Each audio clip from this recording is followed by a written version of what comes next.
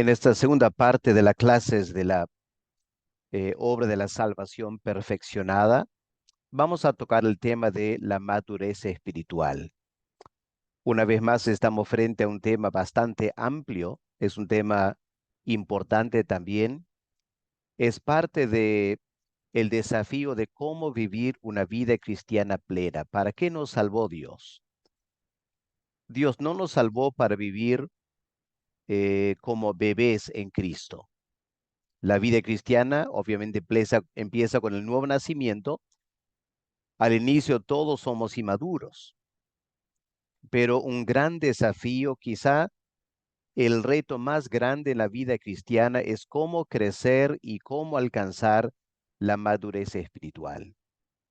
Es importante para nuestro disfrute de la salvación, también es importante para nuestra eficacia como hijos de Dios.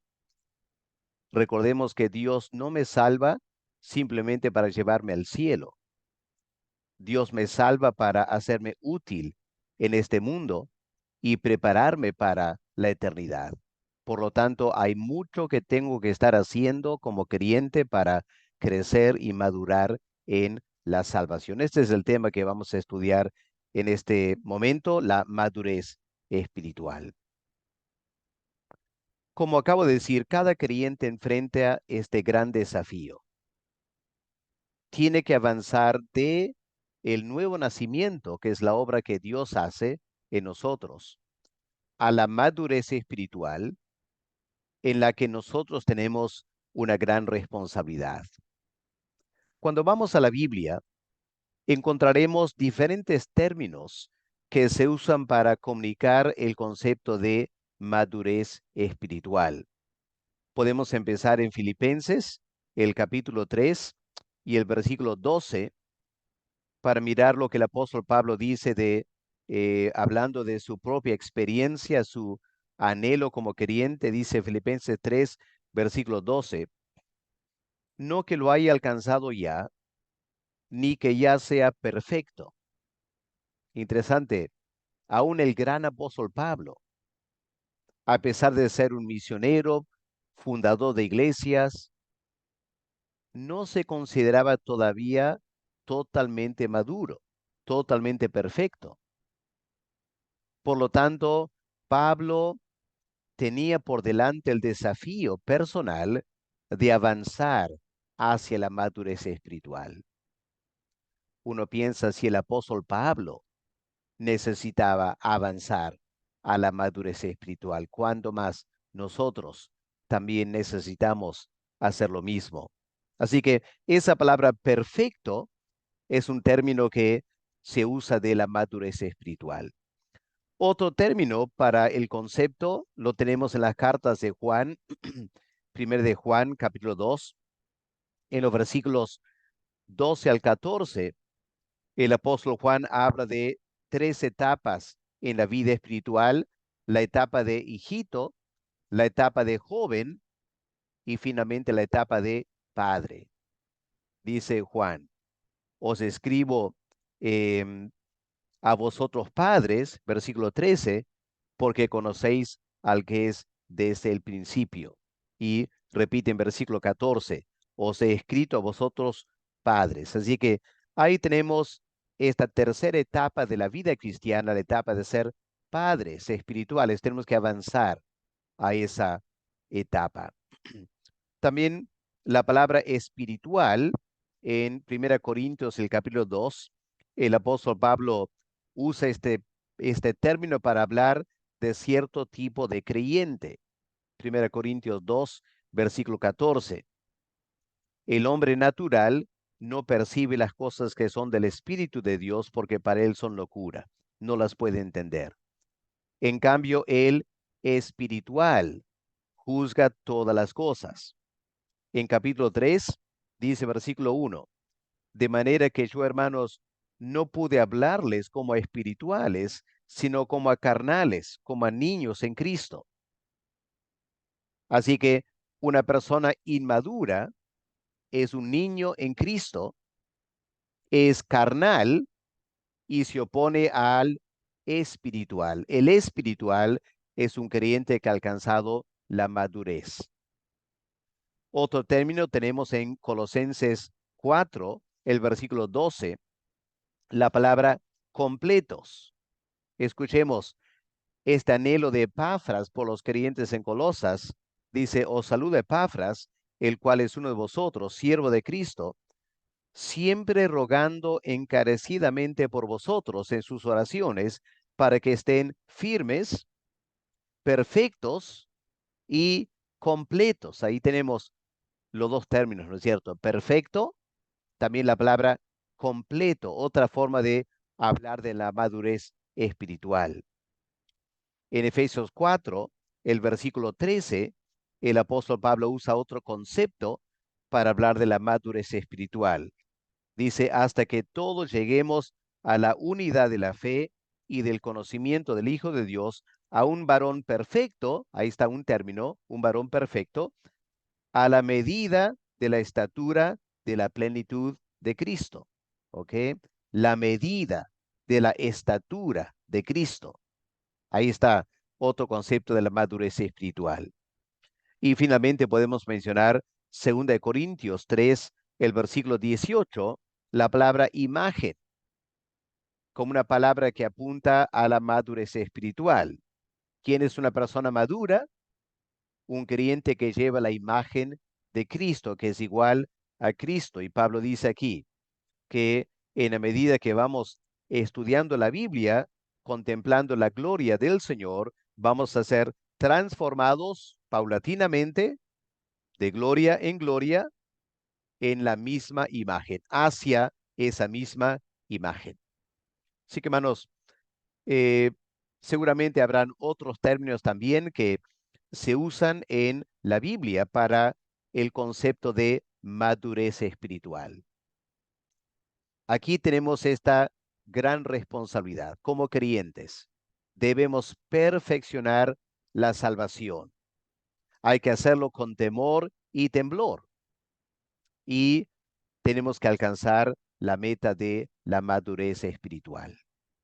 Vamos ahora a desarrollar este concepto, tratar de ampliar un poco más para que cada uno no solo entienda el desafío, sino que sepamos a dónde debemos apuntar en nuestra vida cristiana. Pues vamos a Filipenses 3, el versículo 12. Este término perfecto que tenemos en Filipenses 3, el versículo 12. El apóstol Pablo dice que no se sentía todavía perfecto. Él quería proseguir para ver si lograba asir, aferrarse de aquella perfección por la cual fue también nacido por Cristo. Aquí la palabra en griego es teleo, es un verbo, significa completar.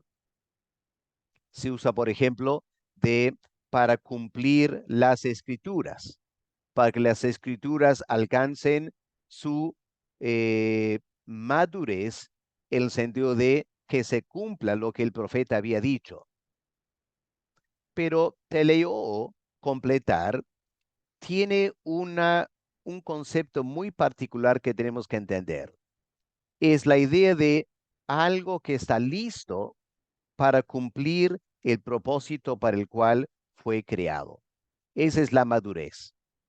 Cuando está listo para cumplir el propósito para el cual fue creado. Pueden mirar aquí estas frutas, este mango, el árbol.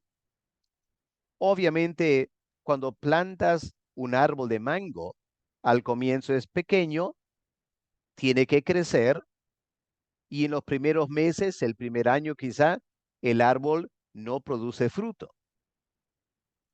Pero el árbol alcanza la madurez cuando empieza a producir mangos, ¿no es cierto? Es un árbol ahora maduro. Maduro significa produce fruto. El campesino, el chacarero, no planta el mango simplemente por razones estéticas. No dice qué linda la forma del árbol.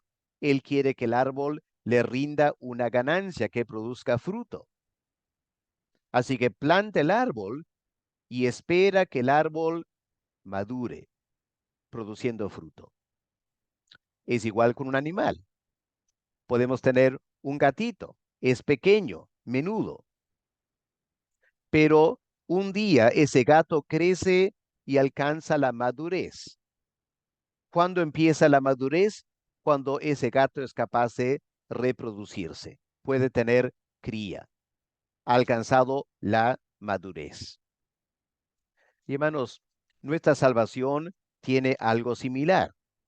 Cuando primero el Espíritu Santo nos salva, nos regenera, estamos en la condición de bebés espirituales. Un bebé espiritual realmente no es maduro, no está llevando grande fruto para Cristo, ¿no es cierto? Por lo general, ese nuevo creyente tiene que crecer, tiene que madurar, tiene que aprender muchas cosas. Ahora miren lo que Pablo dice en Efesios 2, versículo 10. ¿Cuál es el propósito de nuestra salvación? Dice Pablo, porque somos hechura suya, creados en Cristo Jesús para buenas obras. Ahí está el fruto que Dios quiere para nosotros. Cristo dijo, Juan 15, yo los he escogido y les he enviado para que lleven fruto. Fruto espiritual, carácter cambiado, y fruto también en dar testimonio en tal manera que otros son convertidos. Cuando un creyente está llevando fruto espiritual, podemos decir, ha alcanzado la madurez. Y hermanos, ese es el propósito de la salvación. Hay que preguntarnos, ¿estamos llevando fruto espiritual? ¿Estamos ganando personas para Cristo, sirviendo al Señor en algún ministerio en la iglesia? Veamos unos textos ahora que hablan de la perfección, ¿ya? Para que podamos ampliar el concepto de la madurez espiritual. Por ejemplo, Mateo 5:28. El Señor Jesús dice, sean perfectos, así como su Padre Celestial es perfecto. En ese contexto, el Señor dice, hay que aprender a perdonar a nuestros enemigos, amar a los que nos maltratan. Usa el ejemplo de Dios el Padre. Él hace brillar el sol sobre los justos y los injustos. Él es bueno para con todos. Y luego el Señor dice, sean ustedes perfectos, así como su Padre Celestial es perfecto. Es decir, el creyente debe alcanzar la imagen de Dios el Padre. Si Dios el Padre es bueno para con las personas que lo odian, el creyente también debe ser bueno para con las personas que lo odian. Nada fácil, por cierto. Un niño espiritual no lo va a lograr.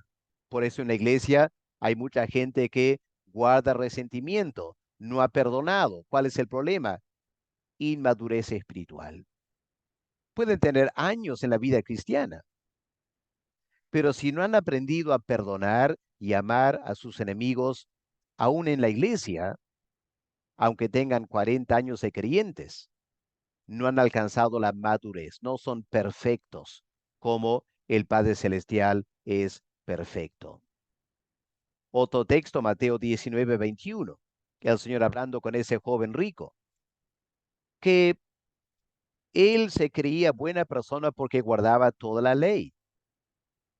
Y ahora escuchen lo que el Señor le dice a ese joven. Si quieres ser perfecto, si quieres ser maduro, como una persona que dice creer en Dios, ¿qué tienes que hacer? ¿Qué te falta completar? ¿Has guardado toda la ley? Muy bien, pero no has alcanzado la madurez espiritual todavía. Te falta completar algo. ¿Qué le faltaba completar? Dice, anda, vende lo que tienes, dáselo a todos los pobres, tendrás tesoro en el cielo y luego ven y sígueme.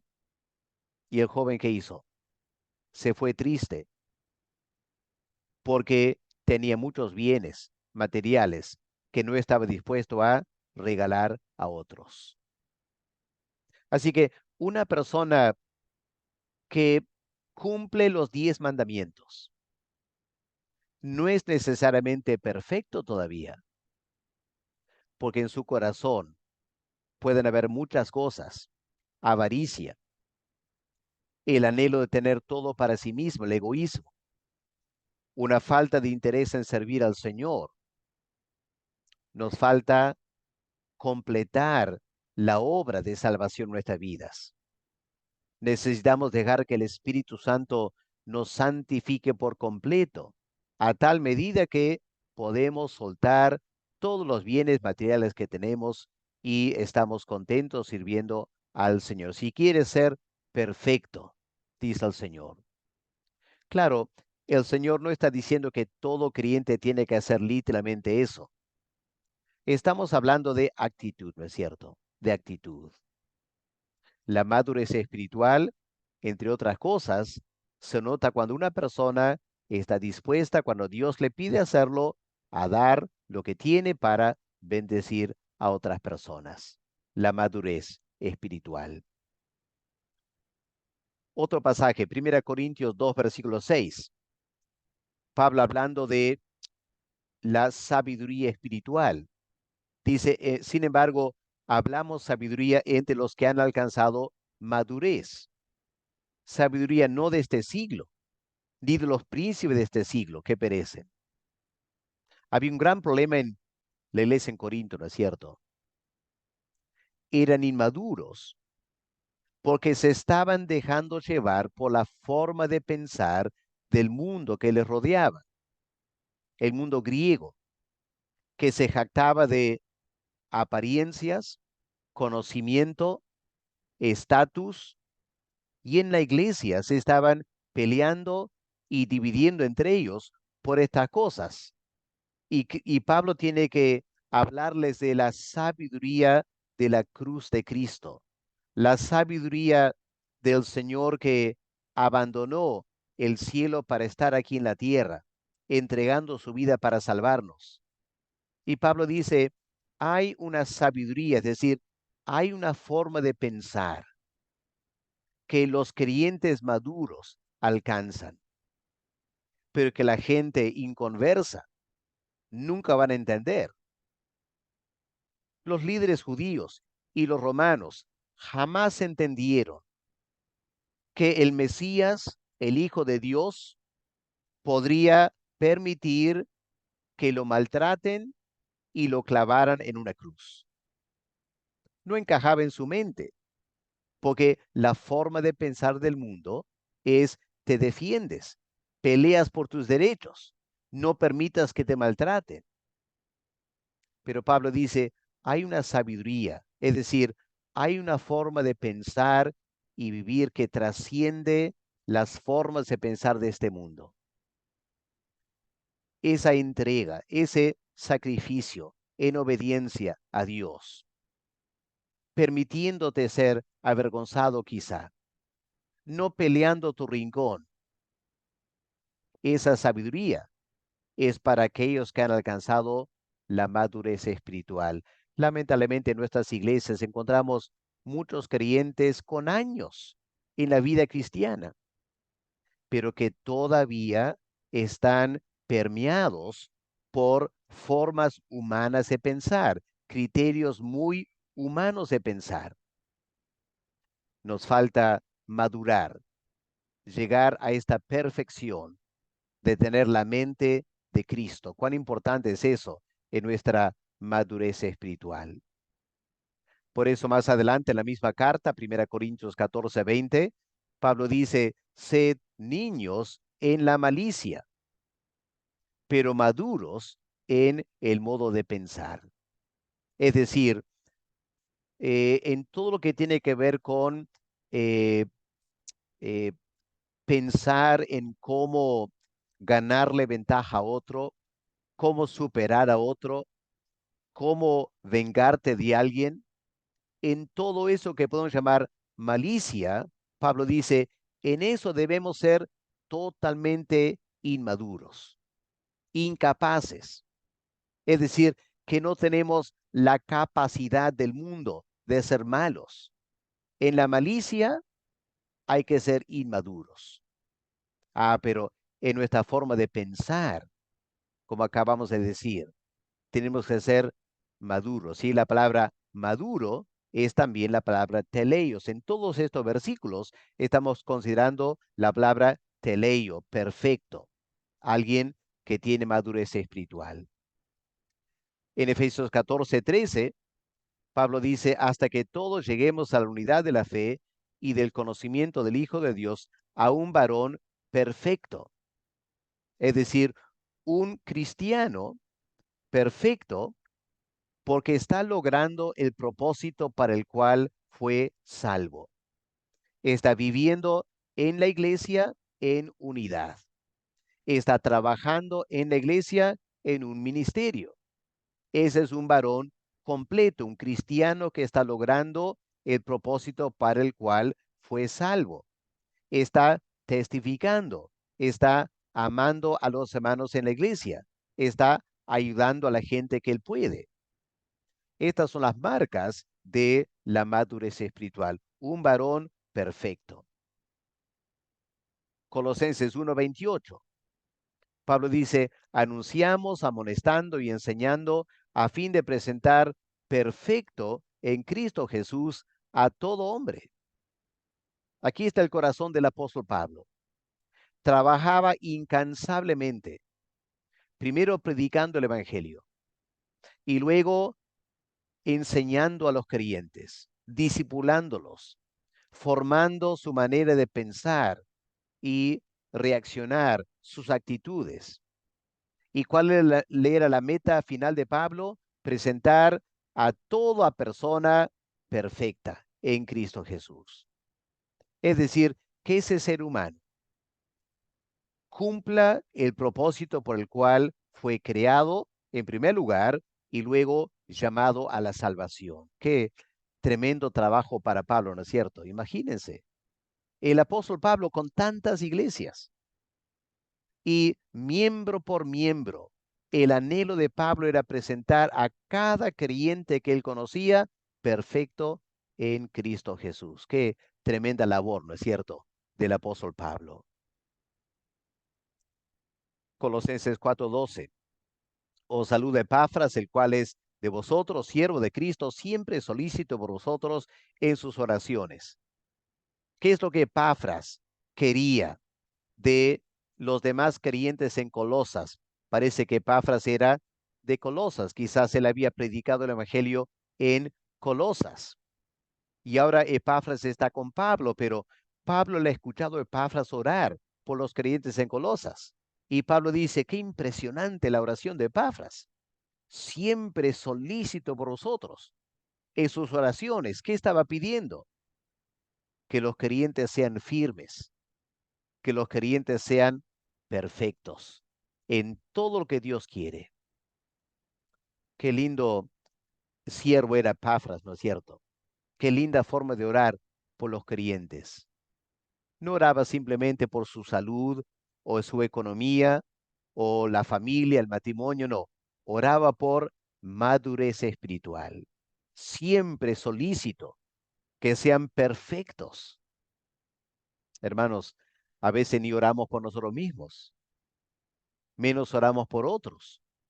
Pero la madurez espiritual, esta perfección, es muy importante en la vida cristiana. Santiago también dice, habla de lo mismo. La constancia debe llevar a feliz término la obra, para que sean perfectos, íntegros, sin que les falte nada. El apóstol Santiago, hablando de las pruebas de la vida, momentos difíciles. Y Santiago dice, necesitan tener mucha paciencia, necesitan tener mucha sabiduría. ¿Para qué? Para que en medio de esas pruebas sean perfectos. No quejándose de Dios, no renegando, no desanimándose espiritualmente en las pruebas, no. Ha alcanzado la perfección. En parte esta es la historia de Job, ¿no es cierto? Cuando Job primero perdió todo lo que tenía, reaccionó mal, no era maduro, era un hombre perfecto en el sentido de guardar los mandamientos de Dios. Era un hombre bueno, sano, pero no era maduro, o por lo menos no era completamente maduro. No había aprendido a tener paciencia en el sufrimiento. Claro, no es nada fácil, ¿no es cierto? La mayoría de nosotros, frente a sufrimiento, reaccionamos mal. Pero Santiago dice, esta es una meta de la madurez espiritual, perfeccionar nuestra salvación, en tal manera que aun cuando Dios envíe pruebas, reaccionemos bien, seamos perfectos, logrando aquello para el cual fuimos llamados a la salvación. Finalmente, este pasaje en Santiago 3, versículo 2. Todos fallamos mucho. Si alguien nunca falla en lo que dice, es una persona perfecta, teleios, capaz también de controlar todo su cuerpo. Aquí Santiago relaciona la madurez espiritual con el dominio propio. Ustedes saben que un niño no tiene mucho dominio propio, ¿no es cierto? Con sus emociones. Cuando la mamá o el padre no le dan lo que el niño quiere, ¿qué hace el niño?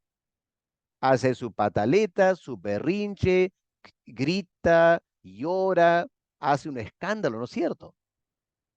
Porque sus emociones han sido afectados. Él quiere algo que no le están dando y se molesta. Santiago está diciendo, no hay que ser así. Hay que aprender a controlar nuestras reacciones, controlar nuestras emociones.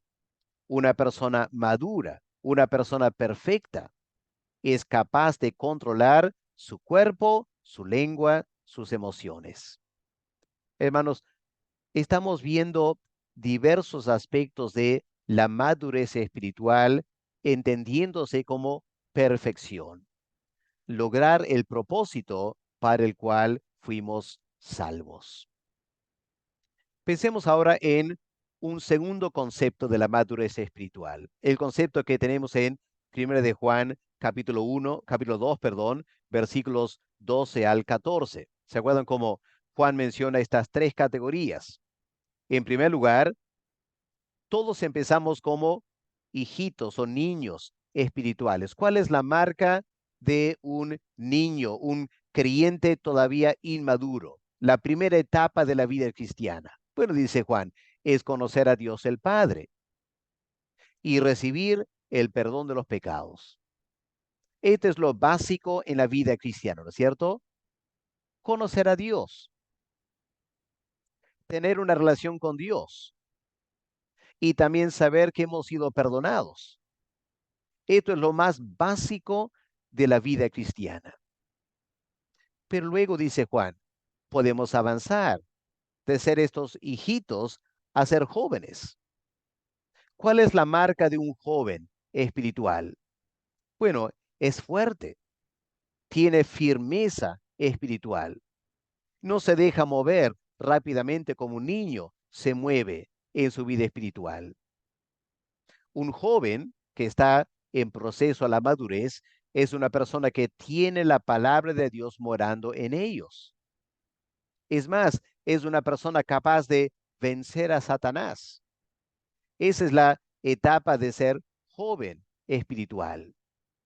Y luego dice Juan, viene la madurez espiritual, la etapa de ser padre. Y es interesante que Juan solo menciona una característica de los padres espirituales, es conocer a aquel que es desde el principio. ¿Quién es desde el principio? El eterno verbo, el logos, Dios el Hijo. Para Juan, en su tiempo, la madurez espiritual era conocer bien la doctrina de Dios el Hijo. Pero ¿por qué era eso madurez espiritual? Porque en ese tiempo todo el mundo conocía, creía en Dios, los dioses. No requería mucha madurez espiritual para creer en Dios, creer en un ser sobrenatural. Pero en el primer siglo, en esa parte de Asia donde Juan estaba. La corriente de pensamiento era el neoplatonismo, era la filosofía que estaba de moda. Y esa filosofía afirmaba que el mundo espiritual es perfecto y bueno, y el mundo material es imperfecto y pecaminoso. Por lo tanto, para los neoplatonistas, la idea de que el eterno Dios se encarne en un cuerpo humano era francamente ridículo para la filosofía neoplatónica, porque el cuerpo, según ellos, es pecaminoso. Dios jamás va a tomar un cuerpo pecaminoso. Así que en ese tiempo, los creyentes eran tentados de pensar que Cristo era una suerte de fantasma que realmente nunca se encarnó. Y Juan dice, la madurez espiritual es lograr romper esos esquemas neoplatónicos, tener libertad para pensar en forma diferente, pensar en forma espiritual y entender la doctrina bíblica de la encarnación. Hoy en día podemos afirmar algo parecido. La filosofía vigente hoy en día es el racionalismo, ¿no es cierto? Y el materialismo. Ahora, el materialismo niega la existencia del mundo espiritual. No cree en Dios. Y es interesante que en los últimos 100 años, en la iglesia cristiana, tantísimos líderes han estado enfatizando la humanidad de Cristo y rechazando, cuestionando la divinidad de Cristo. ¿Y por qué lo hacen? Bueno, ellos pretenden que lo están haciendo porque están estudiando bien la Biblia, son biblistas, son científicos de la Biblia, pero no es eso. Es que ellos no han logrado romper la cosmovisión vigente del materialismo y el racionalismo. Quieren ser creyentes, pero no quieren que el mundo que les rodea, el mundo materialista, los ridiculice. Ellos sienten que nadie cree que una persona muerta puede resucitar. Nadie cree hoy en día en un mundo cibernético que Dios existe, que Dios se encarnó en un ser humano hace 2000 años. No, entonces, como el mundo ha rechazado esas ideas y el mundo tiene conceptos materialistas, lo que muchos teólogos quieren hacer es presentar un evangelio materialista, en la cual rechazamos el concepto de Cristo como un ser divino y nos quedamos con un Jesús histórico.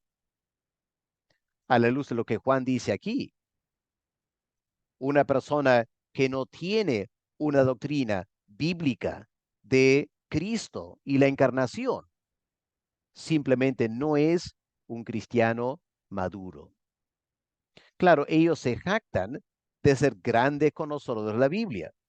Ellos pretenden que nosotros, los evangélicos, somos bebés espirituales, que no tenemos ningún conocimiento. No hay que dejarnos chantajear. La verdad es al revés. Tristemente, esas personas, aunque tengan sus doctorados, aunque reclamen ser grandes biblistas, a la luz de lo que Juan dice, ellos no conocen a aquel que es desde el principio, el eterno Logos. Y si no lo conocen, no solo no son maduros, sino que uno preguntaría si son creyentes. Porque ¿cómo puede alguien realmente haber nacido de nuevo y ser un verdadero creyente y no entender que Jesús es el eterno Hijo de Dios encarnado? No importa lo que el mundo diga, no importa el materialismo o el racionalismo. La madurez espiritual consiste en poder romper esos esquemas de pensamiento del mundo que nos rodea y dejar que nuestra mente se forme por la palabra de Dios. Esa es la madurez espiritual. Es un padre en las cosas espirituales.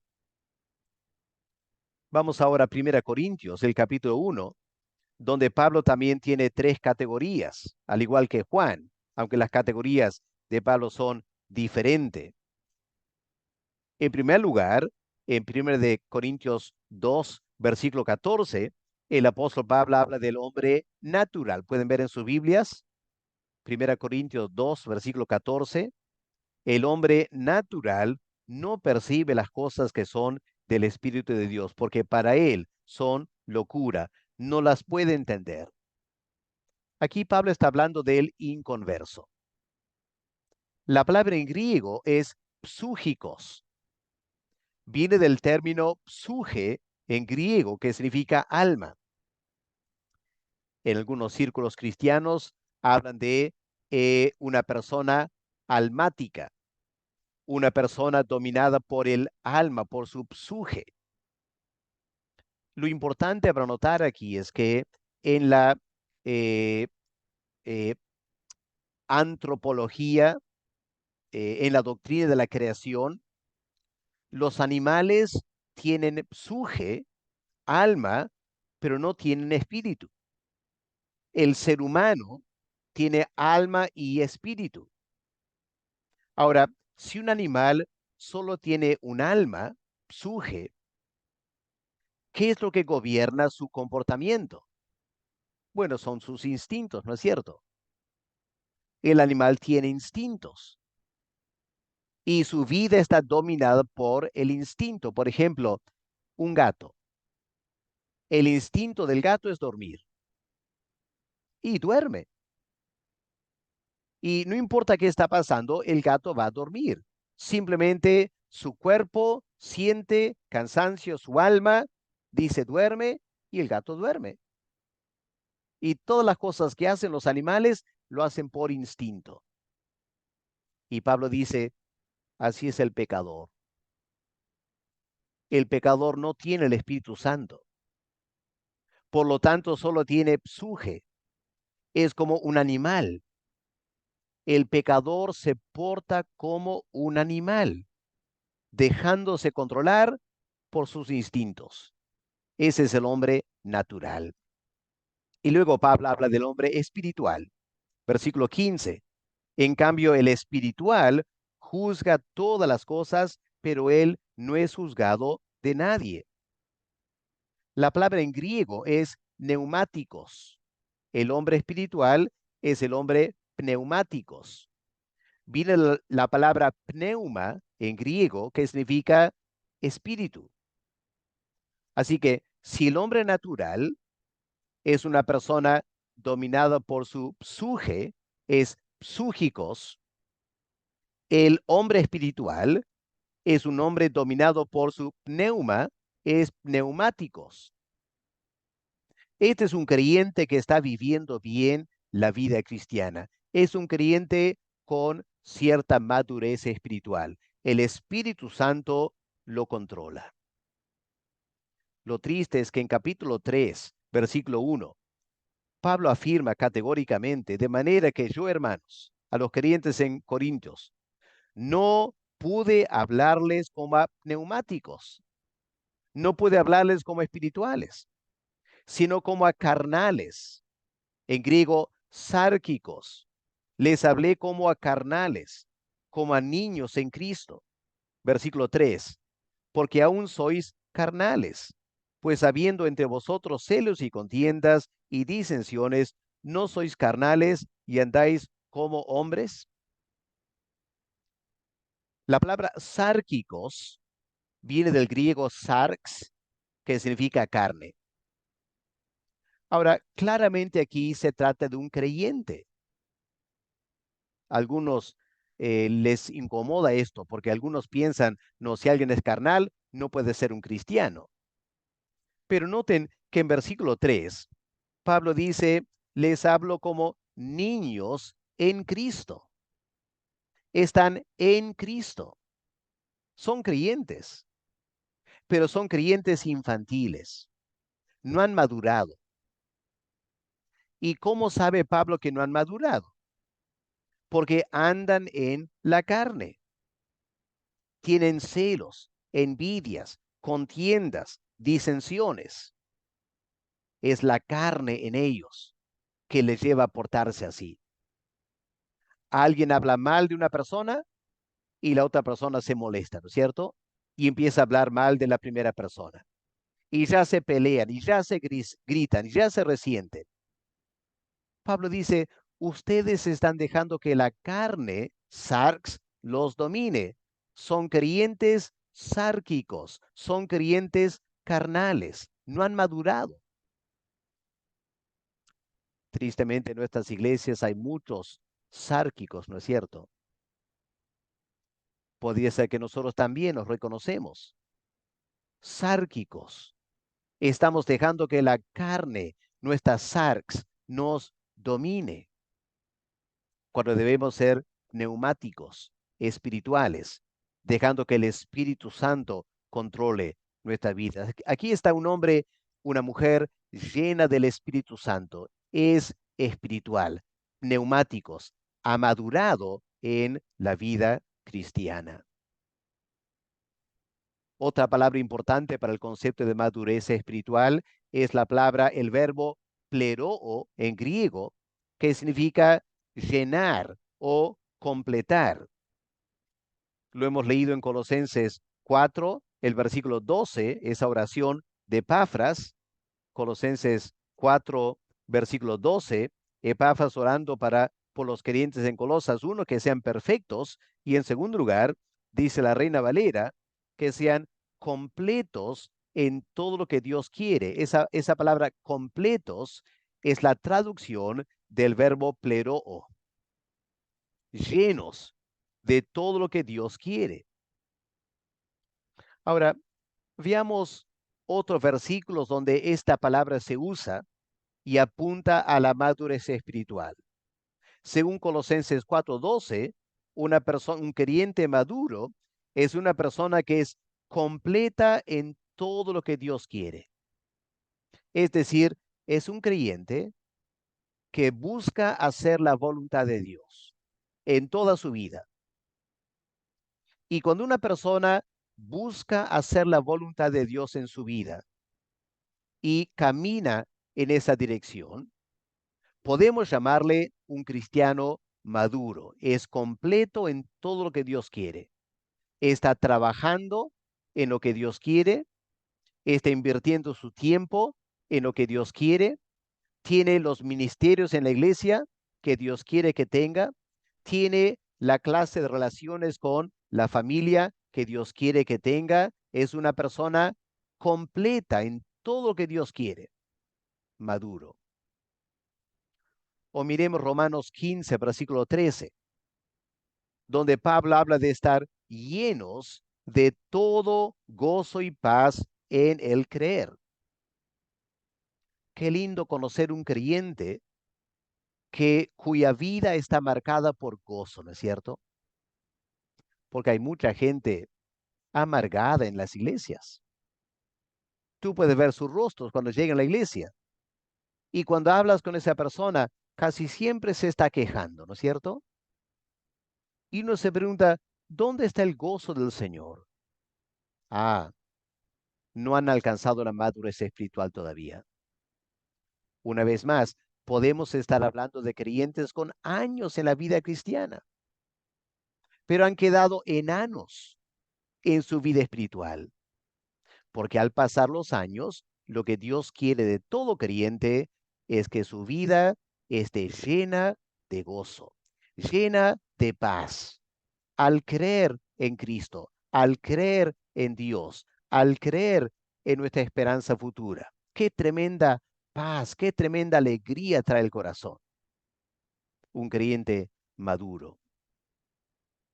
En Romanos 15:14, el apóstol Pablo habla de esta plenitud de conocimiento, llenos de todo conocimiento. El creyente necesita conocer bien la Biblia, necesita conocer bien la doctrina, necesita conocer bien la práctica cristiana, tiene que estar lleno de todo conocimiento. Por eso estamos aquí estudiando, ¿no es cierto? Ustedes anhelan conocer un poco más y están encontrando en este curso que hay mucho por conocer y hay muchas cosas que francamente no conocíamos hasta llevar este curso. Eso muestra, hermanos, cuánto nos falta todavía a todos para alcanzar la madurez espiritual.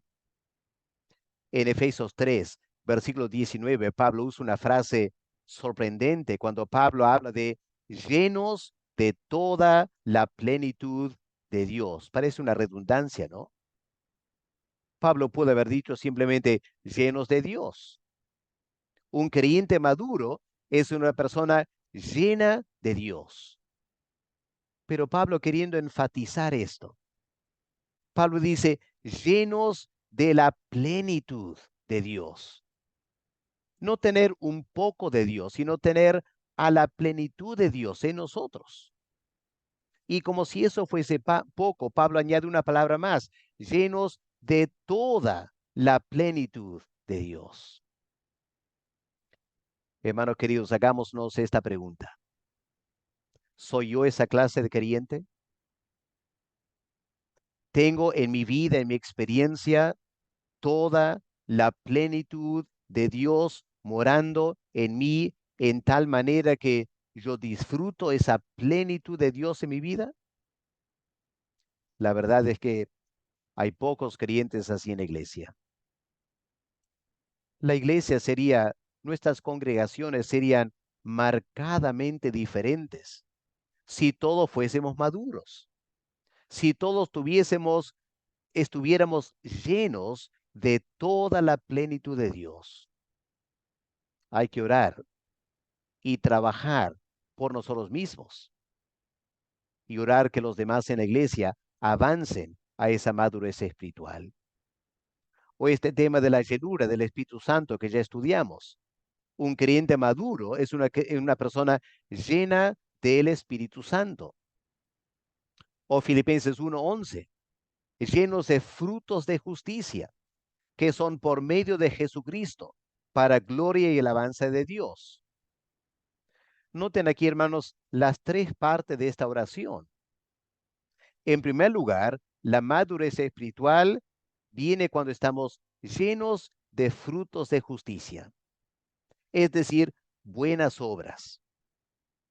Las buenas obras no nos salvan, pero hemos sido salvos para hacer buenas obras. Y Dios no quiere que hagamos solo 2 o 3 buenas obras. Él quiere que estemos llenos de buenas obras, llenos de frutos de justicia. Pero noten que Pablo dice algo interesante aquí, llenos de frutos de justicia que son por medio de Jesucristo. ¿A qué se refiere Pablo? A que el creyente es capaz de hacer buenas obras en la carne, con sus propios esfuerzos. En ese sentido, podemos ser parecidos al inconverso. ¿Cuántos inconversos, al pasar un mendigo en la calle, le da una moneda, ¿no es cierto? Es una buena obra. Es inconverso. ¿Por qué lo hace? Lo hace porque se compadece, lo hace porque quiere sentirse bien, quiere sentir la satisfacción. He ayudado a mi prójimo. ¿Cuántos creyentes dan una limosna por la misma razón? Lo estamos haciendo en la carne. Eso no es madurez espiritual. Cualquier creyente hace eso. Pablo está hablando de llenos de frutos de justicia que son por medio de Jesucristo. Es decir, que solo Jesús nos puede hacer cumplir esos frutos de justicia.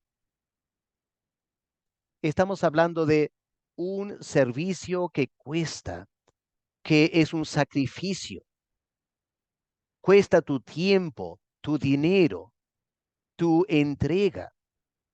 Ahora estamos haciendo algo que ningún inconverso haría. Y solo podemos hacerlo en la medida que Cristo obra poderosamente en nosotros y nos impulsa a hacerlo. Y lo estamos haciendo por medio de Jesucristo. Pero noten la tercera parte de esta oración. Dice Pablo, para gloria y alabanza de Dios. El inconverso, el creyente carnal, hace una buena obra y se jacta de hacerlo, ¿no es cierto? Y si tiene alguna oportunidad de soltar esta idea, le gusta soltar, yo apoyé a tal persona, yo hice esta buena obra, nos jactamos. Un creyente maduro no hace buenas obras para jactarse, lo hace para la gloria y alabanza de Dios. Y por lo general no va a andar mencionando lo que ha hecho, porque tiene temor de la vanagloria, quiere evitar la vanagloria. Está contento con saber que Dios sabe y que Dios ha sido glorificado en su accionar. Y con eso está contento. Aquí está, hermanos, la madurez espiritual, llenos de frutos de justicia, que no lo hacemos en la carne, sino que son por medio de Jesucristo. Y tampoco lo hacemos para vanagloriarnos, sino para gloria y alabanza de Dios. Finalmente, Colosenses 1:9, la oración de Pablo, que los creyentes en Colosas sean llenos del conocimiento de la voluntad de Dios en toda sabiduría e inteligencia espiritual. Otra vez notemos eso. No es solo tener conocimiento de la voluntad de Dios. Hasta un nuevo creyente puede saber algo de la voluntad de Dios. Pero Pablo dice que conozca la voluntad de Dios en sabiduría. Estamos hablando de un conocimiento más allá de lo normal. Es un conocimiento en sabiduría. También inteligencia espiritual en lo que hacemos, porque francamente a veces somos un poco torpes, ¿no es cierto?, en hacer algo. De repente sentimos que es la voluntad de Dios que evangelicemos. Y a veces salimos a evangelizar, pero somos un poco toscos y torpes en evangelizar. Dios quiere que aprendamos a evangelizar en toda sabiduría, que usemos inteligencia espiritual en testificar. Ese es el creyente maduro, ¿no es cierto? Hermanos, estamos tocando tantas áreas que señalan lo que nos falta todavía para alcanzar la madurez espiritual. Luego en Efesios 4:13, el versículo que leímos hace un momento, la madurez espiritual que consiste en la medida de la estatura de Cristo. Todos sabemos que el Señor es nuestro modelo de vida, ¿no es cierto? En su humanidad, Él vivió 33 años, como el Padre quería que Él viviera. Cuando era niño, cuando era joven, cuando era adulto, en la casa, en la calle, con la gente, a solas. El Señor Jesús vivió haciendo exactamente lo que el Padre quería que él haga. Y ese es el modelo para nuestra vida también. Todo creyente debe apuntar a lograr la estatura de Cristo, pero Pablo añade este término, la medida de la estatura de Cristo.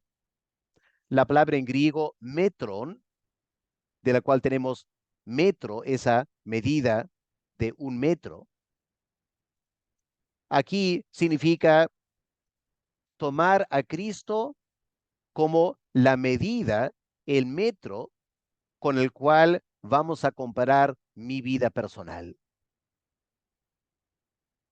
Y hermanos, cuando miramos a Cristo en los evangelios, nos damos cuenta la enorme diferencia entre Él y nosotros. No hemos alcanzado el metro de la estatura de Cristo. Quedamos chicos, ¿no es cierto? Él mide 1 metro, nosotros 10 centímetros, 15 centímetros.